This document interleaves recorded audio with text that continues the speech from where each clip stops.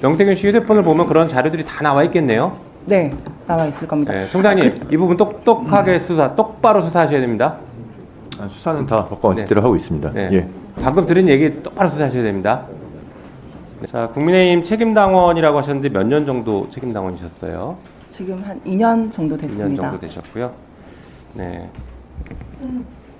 자, 아까 잠깐 얘기 나왔는데 그 PC를 압수수색 당했고 그게 지금 창원지검에 있는 거잖아요. 네. 네, 이 압수물 환부 언제 받으셨나요? 아직 못 받으셨죠? 아직 못 받았고 이제 휴대폰은 휴대폰이랑 받았고요. 이제 제가 썼던 하드만 몇 개 이제 돌려받았고 네. 있습니다. 지금 그 얘기되는 PC는 명태균 씨가 자료를 준 것을 저장한 PC인 거죠? 명태균 대표가 쓰던 컴퓨터 본체입니다. 아, 쓰던 컴퓨터예요? 네. 이제 거기에는 지금 방금 말씀하신 김건희 여사와의 녹음 파일이나 아니면 카톡 이런 것들이 있다라는 있는 걸로 알고 있다라는 것이죠? 네, 정확히 확인 안 해봤지만 있는 걸로 알고 있는 있습니다. 것이죠. 네. 네. 자, 혹시 증인이 그러니까 명태균 대표가 김건희 여사와 통화하는 것을 옆에서 보거나 들은 적은 있으세요, 혹시? 통화하는 거는 직접 본 적은 없습니다. 없고 대신 네. 통화했다라는 일단 얘기를 녹음은 들은 적이 녹음을 들은 적은 네. 있고요. 네. 그리고 문자나 카톡 같은 것들은 직접 보신 적이 있어요? 텔레그램 대화 내용을 일부 이제 보여줬던 부분이 있고 이제 뭐 이렇게 저렇게 이제 내용을 올렸을 때 네. 체리 따봉이라 해서 체리 이모티콘 네. 그거 네. 이제 받았다라고 보여준 적이 있습니다. 아, 그런 것도 자랑하고 보여주고 그랬어요? 네네. 네. 그런 것들은 기억이 좀 생생하신가 보네요. 체리 이모티콘이라 네. 네 그건 기억납니다. 알겠습니다. 자, 얼마 전에 공개된 카카오톡이 있었잖아요. 명태균 대표와 김건희 여사와의 카카오톡에 네. 뭐 철없이 떠드는 우리 오빠 용서해 주세요. 무식하면 원래 그래요. 사과드릴게요. 뭐 이런 내용 있던 거 기억나시죠? 네 기억납니다. 네. 아까도 오빠가 윤석열 대통령으로 알고 있다라고 했는데 여기서 말하는 오빠도 윤석열 대통령으로 혹시 이해하고 계신가요? 네 저는 윤석열 대통령으로 이해하고 있습니다. 네. 왜 그렇게 판단하신 근거가 있으세요? 친오빠하고는 명태균 대표하고는 소통을 잘 안 했던 걸로 저는 들어서 아, 그래요? 네. 실제로 명태균 씨도 처음에는 윤석열 대통령인 것처럼 얘기를 했다가 최근에 갑자기 입장을 좀 바꾼 것 같아요. 네, 그거 보셨죠? 네. 네. 원래 그렇게 입장을 자주 바꾸는 편입니까, 그분이? 웬만하면 잘 안 바꾸시는데 네. 뭔가 다른 압력이 이렇게 감정이 변동이 되지 않았을까라는 네. 생각에 지금 수사도 받고 있고 윤석열 정권에 세게 한번 들이받았다가 뭔가 압력이나 화해 제스처들이 들어왔을 가능성이 있다라고 보시는 거예요? 네 저는 그런 게 있다고 봅니다. 네, 그럴 것 같습니다.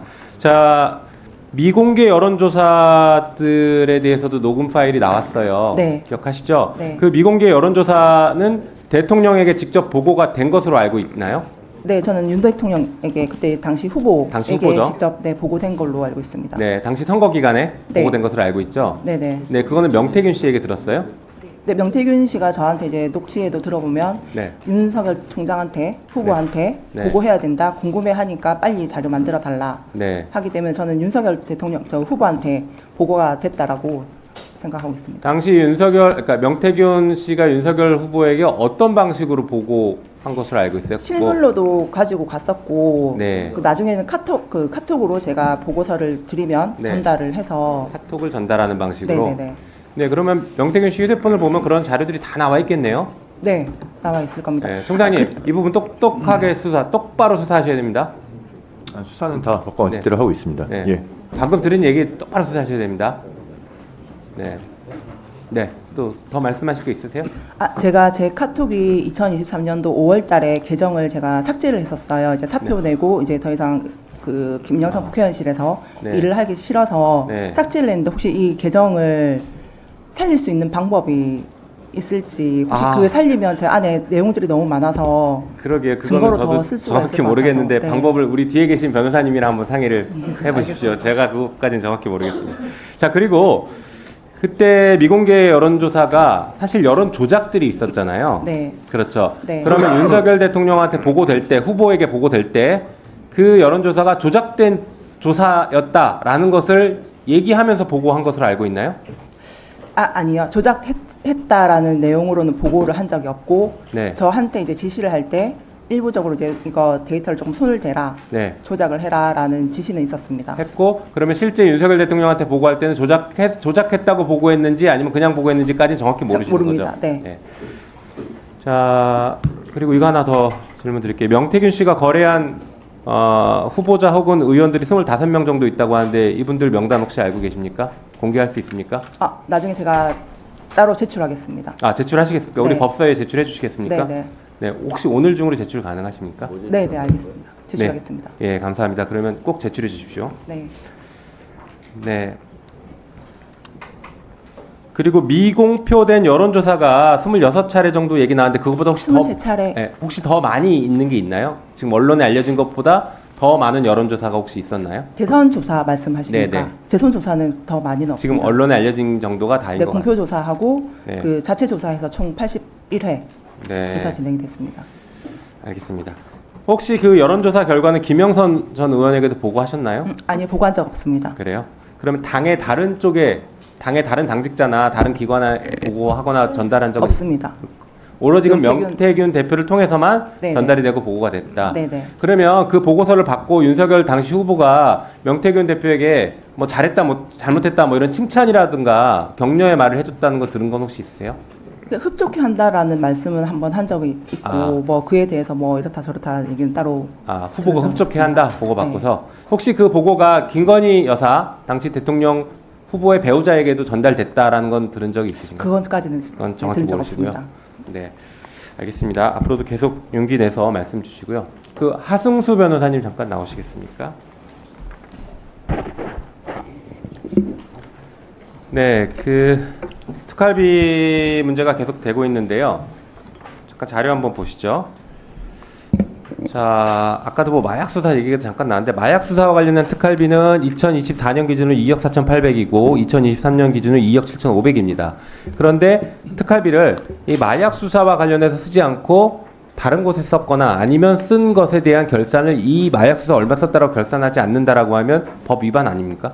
그렇습니다. 그 특수활동비는 용도가 매우 제한되어 있는 돈이기 때문에 네. 용도 외로 사용하면은 업무상 횡령이나 특가법상 국고손실죄에 해당될 수 있습니다. 네. 그거 말고도 이제 특활비 문제를 오랫동안 제기하셨고 자료도 많이 확보하고 소송에서 승소를 하셔서 그렇게 했는데 보니까 몇 가지 문제점이 있습니다. 말씀드려 볼게요. 특수활동비와 관련된 공공기록물을 무단으로 폐기했다는 의혹이 있고요. 실제 확인하셨죠, 그건? 예. 뭐 목적이나 용도에 맞지 않게 특활비를 오남용했던 것, 그리고 현금 저수지를 조성해서 그러니까 불용액을 영원으로 처리하면서 현금 저수지를 조성했다라는 것도 직접 확인해서 밝혀내신 거고요. 그다음에 정보공개 청구 소송 당시 특수활동비 자료 부존재라고 하면서 법원에 허위 답변을 했습니다. 1분 더 주시면 마무리하겠습니다. 네. 자, 이런 것들이 각각 범죄에 하지 않나요? 어떻게 보십니까? 다 범죄에 해당이 됩니다. 그리고 특히 이제 네. 자료 무단 폐기라든지 뭐 세금 오남용이라든지 또 법원에 허위 공문서를 작성해서 행사한 부분들을 명백한 범죄에 해당한다고 생각합니다. 네, 보니까 뭐 그 기록물 무단 폐기나 공용서류 무효, 업무상 횡령, 국고손실죄 등등 아니면 허위공문서 작성죄, 행사죄 이런 것들이 다 있는 것 같습니다. 네. 혹시 여기에 대한 법적 조치를 취한 것은 있으신가요? 지금 이제 자료 무단 폐기 같은 경우는 고발을 했는데 네. 검찰에서 불기소 처분해가지고 지금 대검찰청의 재항고 사건이 예. 계류 중에 있습니다. 자, 우리 지금 옆에 계신 검찰총장, 심우정 검찰총장도 이 특활비 문제에 대해서는 자유롭지 못한 분이에요. 실제 법무부에서 근무했을 때도 특활비를 다루는 역할을 했었고, 뭐 검찰 과장도 했고 기조실장도 했고 하면서 특활비를 직접적으로 다루는 일들을 했습니다. 혹시 조사하신 자료 중에 우리 검찰총장과 관련된 자료들이 있었나요? 그리고 문제점 제기한 게 있나요? 심우정 총장님 같은 경우는 서울 동부지검장 시절에 어쨌든 뭐 특수활동비를 명절이나 연말에 몰아쓴 부분들이 문제가 됐었고, 그리고 사실 지금 재항고 사건이, 그러니까 자료 무단 폐기에 대한 재항고 사건이 대검찰청에 계류 중인데, 저는 이제 좀 담당하고 있는 검사님이 또 예전에 대검찰청 정책기획과정을 하면서 관련성이 있는 분이라 가지고 적절한 사건 배당인지 좀 의문도 가지고 있습니다. 예, 그 검찰 특수활동비 예산이 내년에 저는 전면 삭감이 되는 것이 국민들을 입장에서 필요하다고 생각합니다. 지금 대검찰청이 아직도 정보 공개를 거부하고 있어서 지금 2건의 정보 공개 소송이 추가로 진행 중에 있고, 그리고 앞서 말씀드린 것처럼 수많은 세금 오남용 사례들이 이미 드러나 있는 상황입니다. 따라서 검찰이 정말 기밀 수사에 쓰고 있다는 걸 입증하지 못한다면 저는 내년도 특수활동비 예산은 전액 삭감되는 것이 타당하고 특수활동비가 아니더라도 사실 특정 업무 경비라는 예산을 통해서 충분히 수사에 사용할 수 있기 때문에 특수활동비는 현재 상황이라면 저는 전면 삭감하는 것이 타당하지 않을까 생각합니다. 여러분들은 지금까지 이런 이슈들을 보게 되면 어떤 생각이 드셨나요? 제가 항상 여러분들께 뉴스만 평소에 잘 챙겨보셔도 돈이 된다, 돈을 벌 수 있다고 말씀을 드렸는데요. 그 이유는 제가 지난 5월 초에 여러분들께 뭐라고 말씀을 드렸죠? 지금은 정부가 주목하고 있는 K푸드에 관심을 가져야 한다. 뉴스만 보고 끝내지 마시고 투자 쪽으로 한번 생각해 보셔야 한다 라고 말씀을 드렸습니다. 그리고 나서 이런 썸네일들을 뉴스를 통해서 많이 보셨을 텐데요. 이렇게 정부가 정책으로 밀어주는 산업이 이슈가 됐을 때 정보에 민감한 부자들은 어떻게 생각할까요? K푸드 관련주는 뭐가 있는지, 어떤 종목이 나에게 돈을 벌어다 줄 수 있는지를 생각한다고 말씀을 드렸죠? 그 이유가 뭐냐 하면 부자들이 봤을 때는 이슈가 곧 돈으로 이어지고 이런 이슈들이 돈을 벌어준다는 경험적 확신이 있기 때문에 부자들은 항상 이런 사회적 이슈들을 관심 있게 챙겨본다고 말씀을 드렸습니다. 실제로 제가 지난번에 시청자분들과 함께하는 주식으로 수익 내기 이벤트를 진행했었는데요. 당연히 100% 무료로 진행했고 여기 보시면 저한테 구독이라고 문자 남겨주신 모든 시청자분들께 이렇게 K푸드 관련주 중에 가장 급등할 확률이 높은 한성기업 딱 한 종목을 여러분들에게 추천을 드렸어요. 그러면서 여기 나와 있는 대로 정확하게 얼마에 사야 하는지, 그리고 어느 정도 올랐을 때 팔아야 하는지 이런 부분들까지 자세하게 알려드렸었는데 결과가 어떻게 되었죠? 오른쪽을 보시면 아시겠지만 제가 5월 2일에 문자로 이 한성기업을 소개해드리고 나서 주가가 이렇게 2배 넘게 급등이 나왔다. 그래서 당시에도 굉장히 많은 분들이 제가 드린 한성기업으로 수익을 내셨을 텐데요. 다시 한번 축하드린다고 말씀을 드리고 이번에도 마찬가지입니다. 최근에 정부가 집중적으로 밀고 있는 산업이 해외 건설 시장이고 그 중에서도 K신도시에 대한 관심도가 계속해서 높아지고 있기 때문에 관련 종목들이 부각받을 수밖에 없다. 그 중에서도 정부가 가장 핵심적으로 밀어줄 것으로 예상되는 K신도시 대장주 한 종목에 돈이 몰릴 것이다. 당연히 우리가 이쪽으로 생각해야 한다는 겁니다. 그래서 이번에도 지난번과 똑같이 저에게 신청이라고 문자 보내주시면 정부가 강력하게 추진할 것으로 예상되는 K신도시 정책주 중에 앞으로 대장주 역할을 하면서 주가가 가장 크게 급등할 한 종목을 구독자분들에게 문자로 종목명과 사고 파는 시점을 모두 알려드리겠습니다.